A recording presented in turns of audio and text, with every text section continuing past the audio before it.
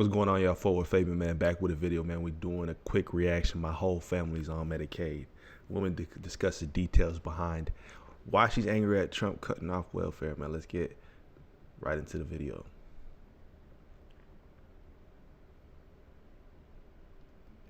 My whole house is on Medicaid. My husband, me, our baby daughter. Okay, we're all on Medicaid. Without Medicaid, I wouldn't be able to have the birth control in my arm that I have. Without Medicaid, I wouldn't be able to have the antidepressants that I have at no cost to me. Without Medicaid, I wouldn't be able to go to therapy to continue to be the mom I am to the 3 kids and 2 separate houses that I have to do. Without Medicaid, my daughter wouldn't be able to go and get her vaccines and go and get all of the things that she needs as an 18-month-old baby.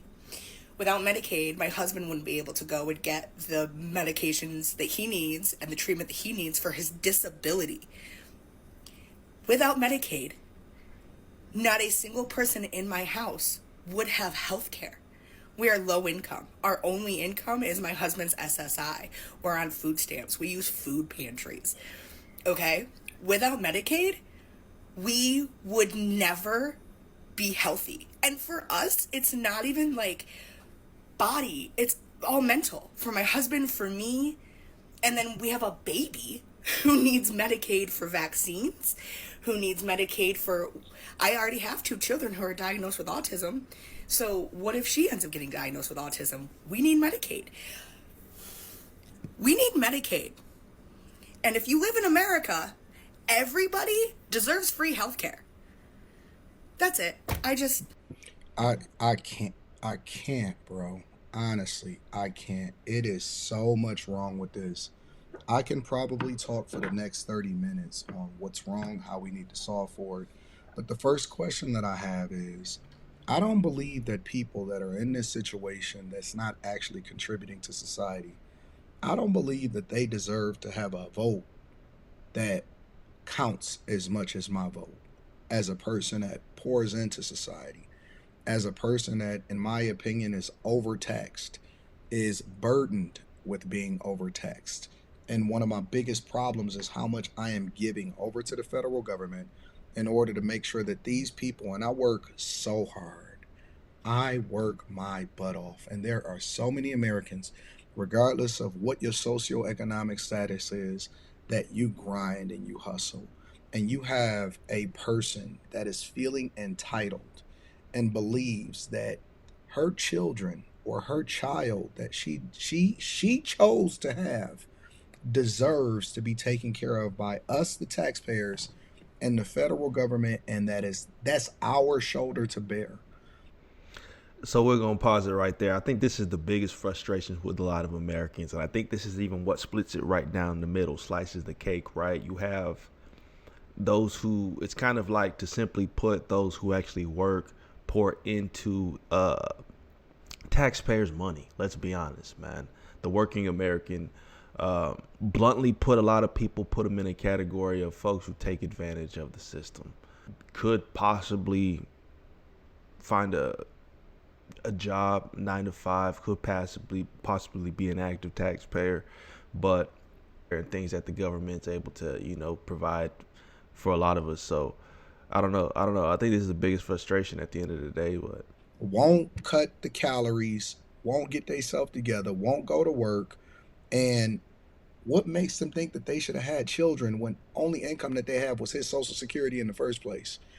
Yet they will sit here and tell us, try to convince us that they deserve more, that they deserve Medicaid. And the thing about it is that if you actually read the bill, it requires for you to work 80 hours a month, not a week, not every 2 weeks. It requires for you to be going to school so that either you're working towards getting a career so that you're not a lifetime recipient of social services, or you do volunteer work for 20 hours, or that you work at least part time. And it's designed so that you can actually go out and do something productive and then pull yourself up. It's not designed for you to have to be able to be dependent on it for the rest of your life. So she then says that, the only income that they have is Social Security. What the hell are y'all doing sitting there having children for? This is where it gets down to the nitty gritty, where the argument can come into play of like people that are starting families or have large, widespread families and don't have any type of income to support the family. It's nonsensical. It makes zero sense. But you'll have people who have 5, 7, 10 kids, and they live in poverty. So it don't really make sense, and that's not really providing an ideal home for those children, right? We know what happens whether it's like single parent homes or possibly in a situation to where that'll be the next step due to the hardship that the family's facing. So What are y'all doing having children? Then she says that her children, the other ones, is already autistic. So you're sitting up there busting it down for a real one, right? Which I'm also assuming that it's since the for only thing that they have is income and Social Security, then that means that they're on low income housing also, which that means that we're paying more for that. And then she probably gets food stamps because there's no way that a person can be having children, feeding everybody, and doing all of this without getting some kind of subsidized food stamps, housing, Section 8, and all of that. So in the past, what the government has did is they've incentivized people to continue to take advantage of the system, and then said that this is the message of Mom Donnie over there in New York, and Bernie Sanders and AOC and Jasmine Crockett, who all their entire lives have gotten money and has been paid by taxpayers, right? All of these people outside of the little diner job, I guess, that AOC had.